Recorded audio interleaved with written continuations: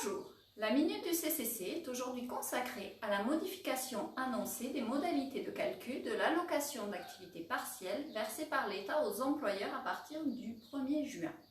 Les employeurs doivent verser aux salariés placés en chômage partiel, pour chaque heure non travaillée, une indemnité au moins égale à 70% de leur rémunération horaire brute, avec un minimum de 8,03 € net.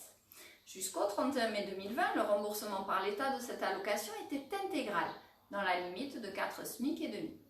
Compte tenu de la reprise de l'activité de nombreuses entreprises à la suite du déconfinement intervenu le 11 mai dernier et du coût que représentent ces mesures exceptionnelles assumées par l'État pendant les 3 derniers mois, le dispositif d'aide va être revu à la baisse dès juin.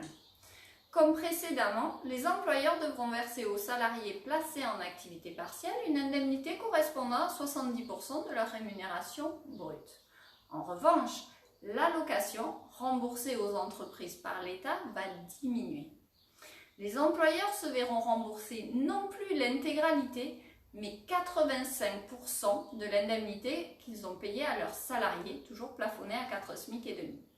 Concrètement, la prise en charge de l'État correspondra donc à 59,5% de la rémunération brute du salarié.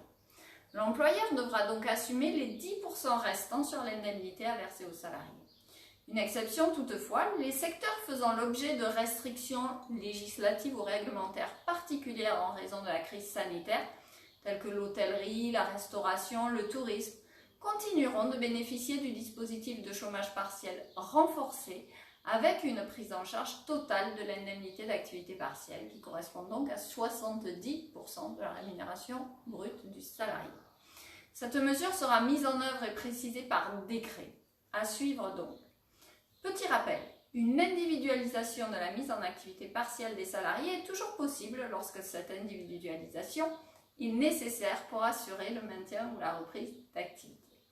Elle doit cependant être prévue par un accord collectif de branche ou d'entreprise.